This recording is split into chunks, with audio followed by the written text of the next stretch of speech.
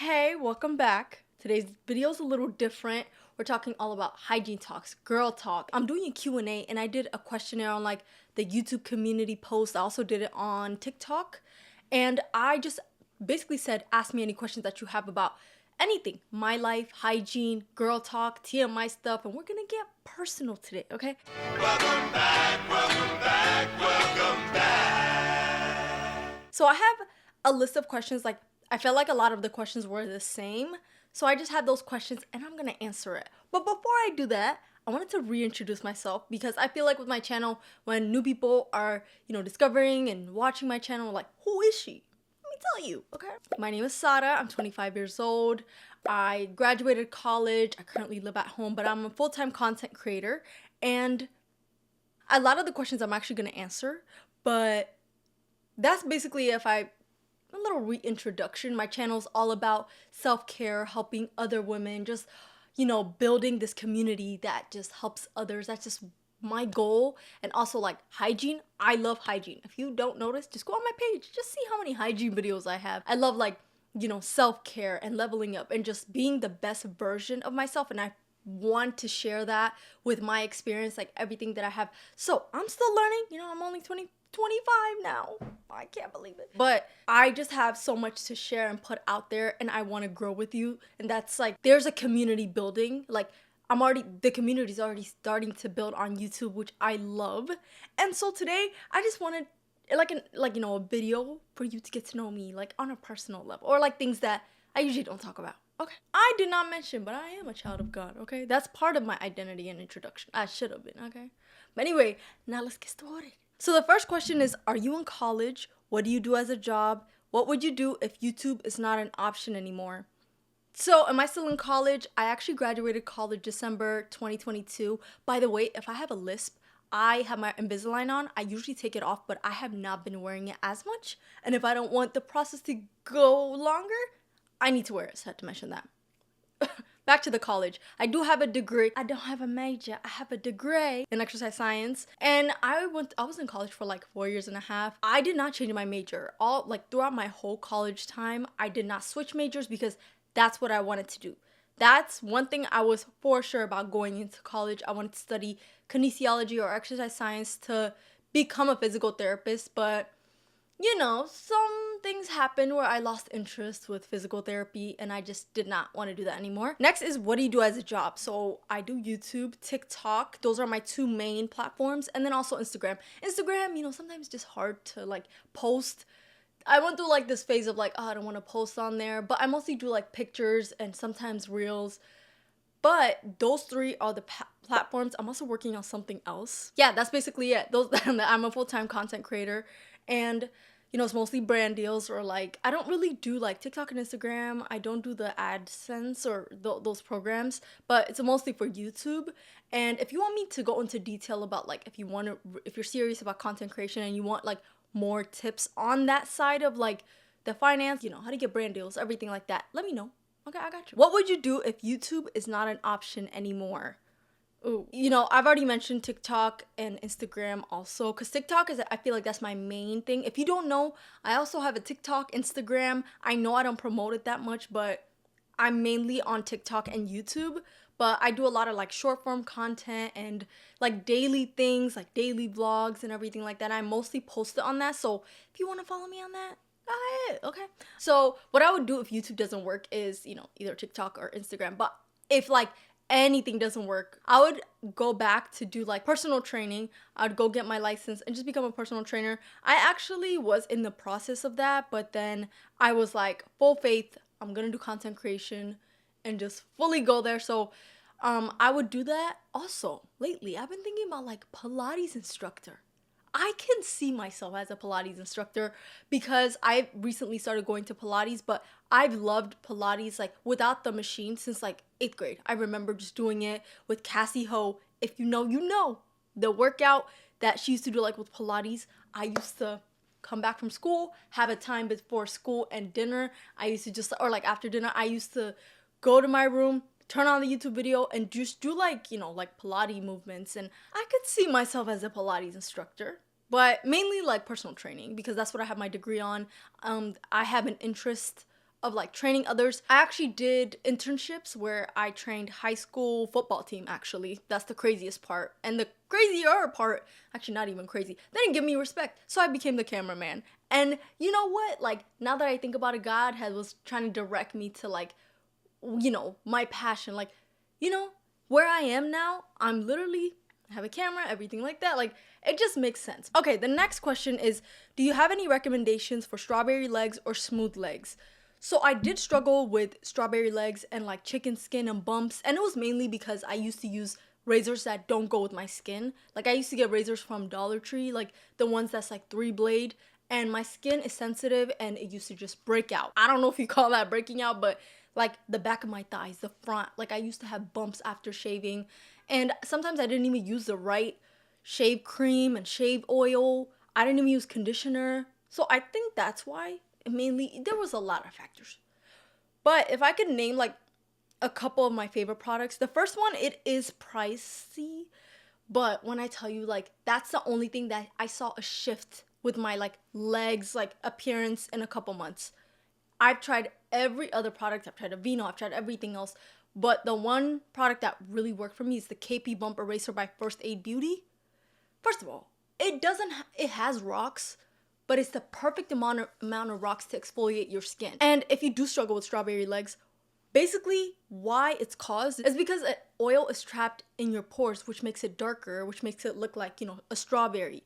And so the main thing that will help with that is exfoliation. So even if KP Bump, you're like, oh, like, you know, the price is, and it might not even work for me, use an exfoliate that has like chemical exfoliate, like if it has AHA, BHA, those type of exfoliants. I really stayed away from sugar scrubs for a little bit.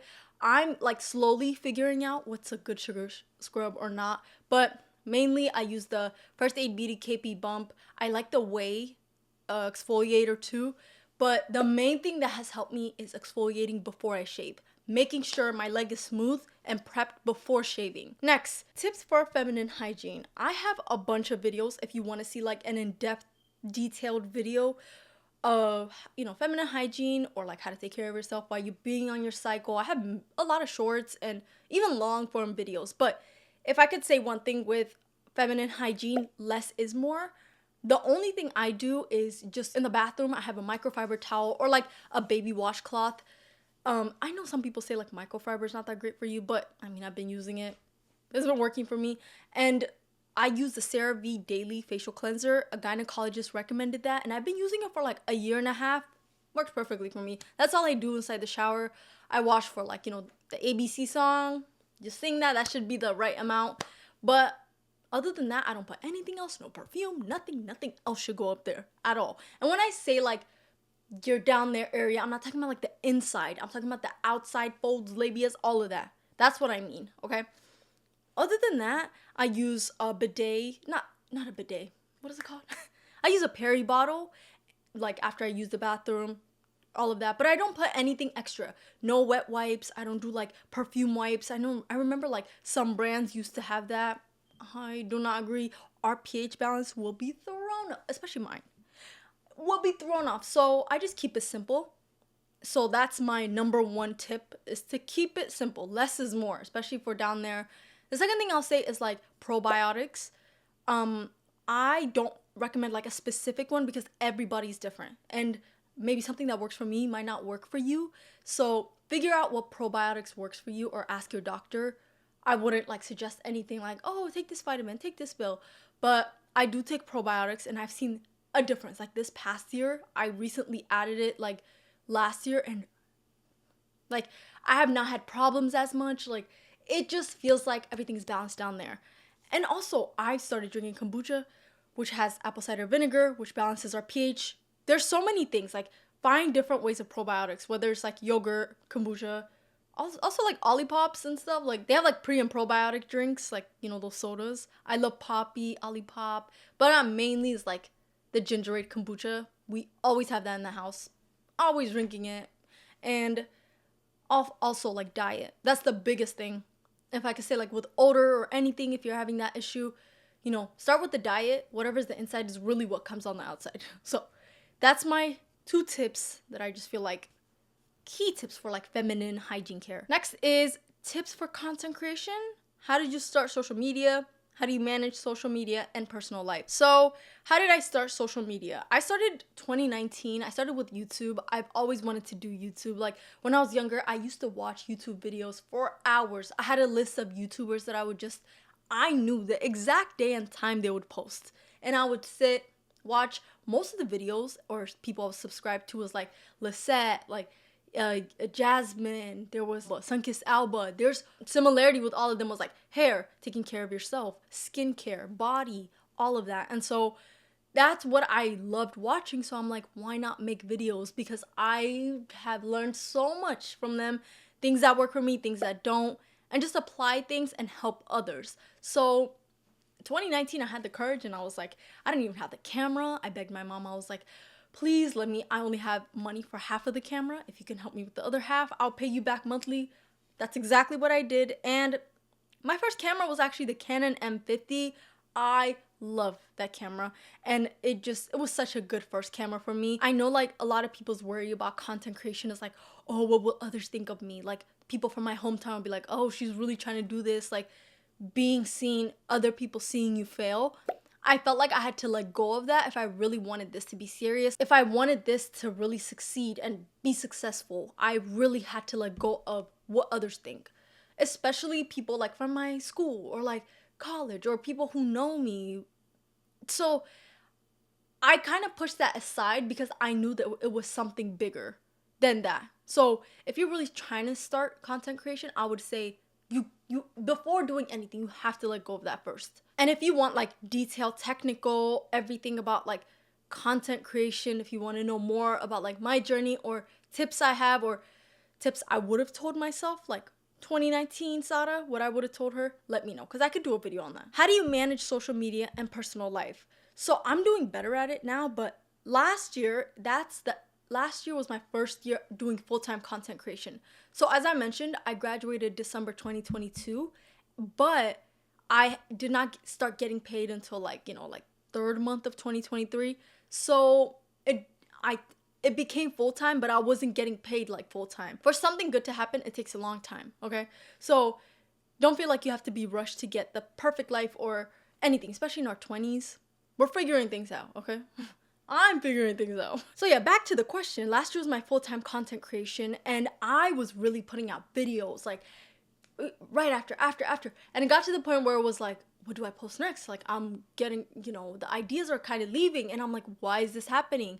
And it's because I started feeling burnt out and it's because I wasn't giving myself proper rest or days where I don't pick up the camera, days where I don't edit.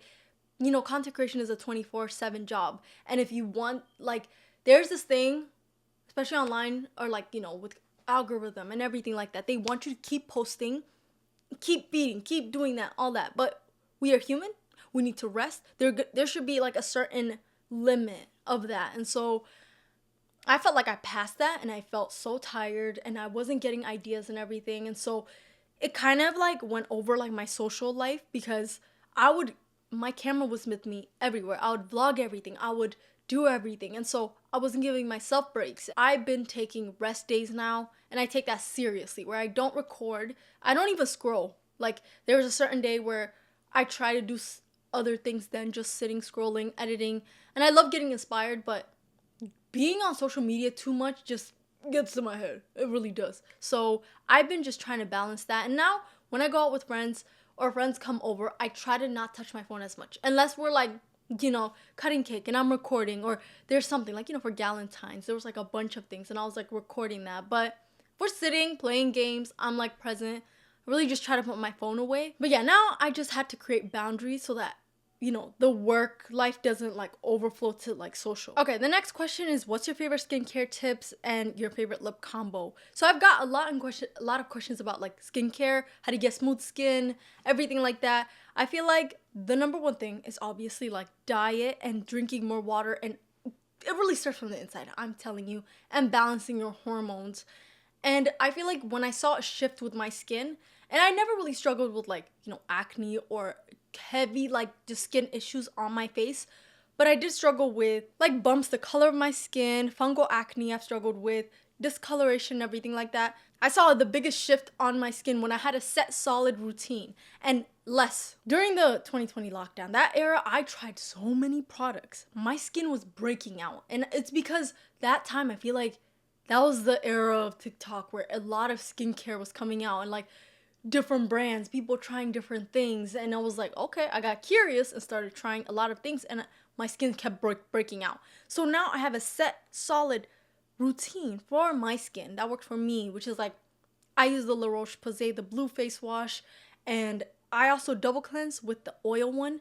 And those are the days like that I actually need it, or I wore makeup or anything, because now I feel like, especially since it's winter, when I do too much, I start breaking out.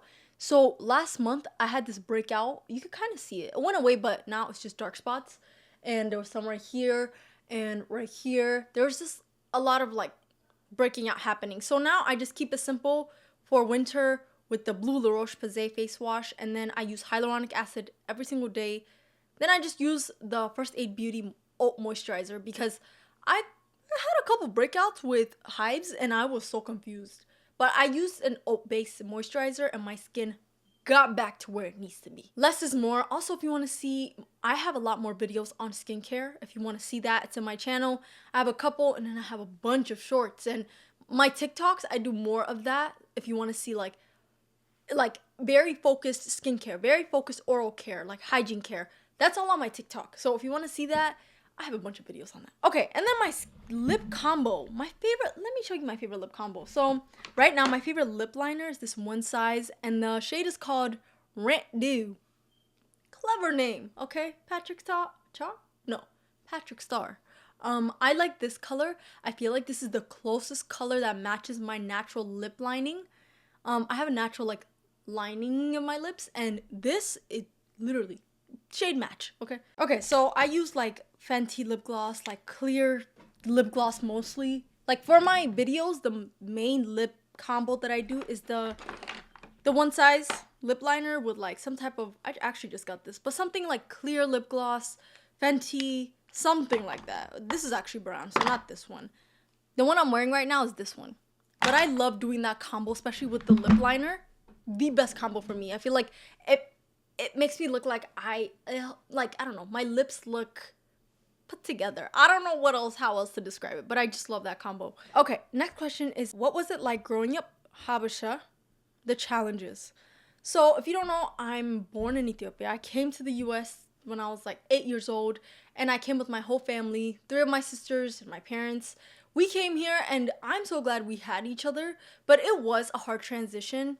The main things I remember was like the seasons was weird. Like there's a certain time that it's gonna be winter, fall, summer. Like that's what I remember as an 8-year-old. Also like cheese and cheese puffs smell like feet to me. It was so bad. I was like, you guys eat this? I remember before going to the residential school, like public school, they were mean, but at least I had my sister. Like we were getting made fun of for not knowing English, for the way we dressed, our mannerism, like just the smallest things. Kids can be mean, especially elementary. I was in 2nd grade, my sister was in 4th grade. There was bullying challenges in like with the public school, but me and my sister, we had each other. Like I'm so glad I was not alone. She's like a year and a half older than me, so we really went through that together, and we used to laugh about it. Like I don't remember that era of my life being like, oh, like it affected me so much and everything. Because we would just laugh about it. I'm like, it was hard sometimes. But then we went to the residential school about like 6 months, a year later. And we stayed at that residential school for me like 10 years. So 2nd grade to 12th grade. And the craziest part about that school was 90% of us, we were habesha. So it felt comfortable there. Like, especially going there, like people spoke Amharic. We came from the same, from the same country, same struggles. Like there were almost like the same reason, almost similar experiences, us coming here. A lot of people came from the lottery, like my family came from the lottery. And so they're not like a lottery as like money lottery. There was like the DV lottery. And so there was like, we had similar experiences. That was a better transition than like going straight Ethiopia to like public school. But it was still hard, like transitioning and getting the culture. That's what I was 8 years old and I've been here for a while now. But it was hard. There was challenges, like even at that school. Next, I really like this question. This was such a unique question, but it's having a solid sister group slash relationship that you have. Would you say you have less girlfriends around or less need for friends? That's such a good question because me having like, four sisters, like being surrounded by them, like growing up, especially like, even the girls I met at the residential school that we grew up together, it feels like family. So it does, if you have sisters, you feel like, oh, I don't need friends because, I have sisters. It won't move because with sisters, like, it's blood. It's like, friends by choice, sisters by blood or something like that. Some quote like that. I feel like being like, oh, I'm shut off. Like, I don't need any other friends because I have my sisters. Like, I am so grateful. But I feel like that really blocks blessings, especially people, God has for me to meet.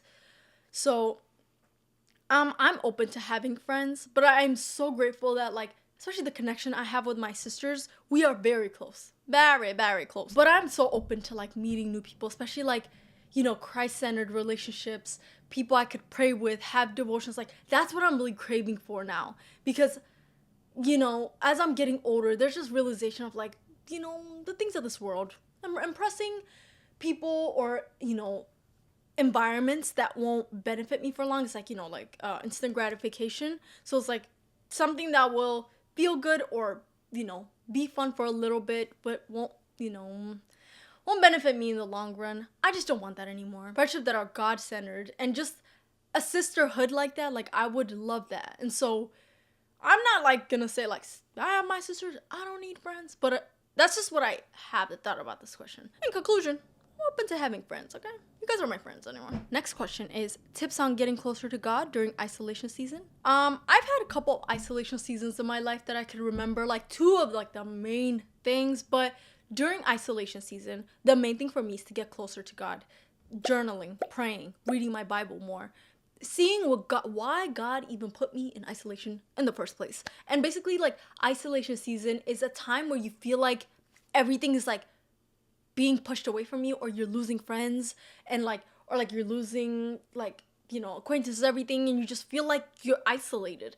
And if you don't know why that's going on, and you believe in God and you've been praying for something, maybe he put you in isolation for that season. And so for me, I remember the first isolation time I remember was like my first semester of sophomore year in college. I was in Albuquerque. If you don't know, I went the first 2 years, I was in Albuquerque, New Mexico. Mind you, I live in Virginia. And I went all the way to Albuquerque, New Mexico because I had a scholarship that followed me and I felt like I wanted to go as far as I can to just like explore and like go somewhere new by myself to feel independent, But I went there, I didn't really think it through, so I was like, okay, you know what? I need to transfer back. I did not need to go this far to feel independent. And I met some cool people there. That wasn't it. It was just, I just felt like I was far from my family. And, I could call my sisters, but also like the people there, like I remember like I was talking to some guy and then that didn't work out. And there was just like different things. That season, for like that semester, I felt so isolated. And I felt like, I was praying and everything, but during that time, that's when it got intense, like my relationship with God. That's when I started actually journaling, like picking up my first notebook, started journaling, and I felt like I started to know what was going on up here, okay? It was right here. So I was like, God, like, why is this going on? Like, what is the purpose? And so I learned so much that season. And the crazy part is that was right before the whole 2020 lockdown, everything happened. So I felt like it was preparation, because if I was like in the season of isolation, I didn't do anything about it. A couple months later, it would have been March 13th. We had to come back home, had to fly back from New Mexico back to Virginia, came here, couldn't leave the house. I had my sisters, but it's still like, I would have felt way more lonely in a way. So I felt like everything really, like if I look back at it, it really just happened for a reason. Like that time helped me grow so much just in the span of 3 months, because there was like other things leading after that where it helped me feel like I knew what decision to make. I knew I would be like, oh, Holy Spirit, should I do this? Like guidance, wisdom. I was asking for all of that. The second isolation period I can remember is actually for last year. This time last year, like a medical emergency happened to my dad. And I'm so glad I had my sisters, but I felt like that was the lowest that I felt ever. like this time, and it was like my birthday month. It was like February, and it just was not it. Like when I look back at that time, it's like almost like I want to block it out, but it happened. Now I look back at it and it was like, oh, I this happened because of this. Like this happened because of this. So I am grateful even for that time and situation. But that time, like I didn't have this attitude. I didn't have the attitude of like, thank you God that I'm in this like situation. Like this is happening. Because like it was hard because like, going to doctor's appointment and like he needed to be monitored, like medicine, everything. And also like my mom wasn't here because she also had to go back to Ethiopia because of death in the family. Like it was just a lot that was happening during that time. But again, like I was not alone, but I felt alone. Like my sisters were here to help me with it, and we were all going through it. Even though there was people in the house, I would feel so isolated. Like my best friend was here, like to support, and it just felt like what is the season? During that time, I really had to like go out of my way, really push myself, really connect with God, really pray. Even if I couldn't read a chapter of the Bible for like my devotions, I would read a verse. Really think on that, like pray throughout the day. If I'm going back and forth to like get different things, I would listen to like gospel music. And I felt like that season of isolation really helped me grow because you have to go through the valley before you shoot up. And so that's exactly what happened because the rest of the year I felt like it was the most responsibilities I had last year, but it felt like it was the most blessed I've ever been. Like I could have never imagined in a year of what happened, like from last February to this February. It has changed so much. I am so grateful. During a time where it felt like this is it, like this is the lowest it's gonna be, like I'm never gonna come out of it. We came out. Listen, like it got better. So if you're going through something like season of isolation or even like going through a tough situation like that, I know you don't want to hear it. You will get through this, but you will get through this, okay? And if I could have told myself that last year, this is exactly what I would have told her. God is there, connect with him. When it feels low, I always run to God because that's my rock. That's my foundation. Okay. And just remember the season of isolation is for a reason. Like he's prepping you for the next door, for the next opportunity. Trust that and work through. Don't just let the isolation season be just you not doing anything. Work through that. Okay. Pray for what you need to work on. Also, like, figure yourself out. Like, what can you do better? What is your weakness? There's so many things to be worked on. Like, we're constantly getting better. Oh, this is the last question. And it's, how do you stay or stick to a lifestyle that you want or stick to your routines?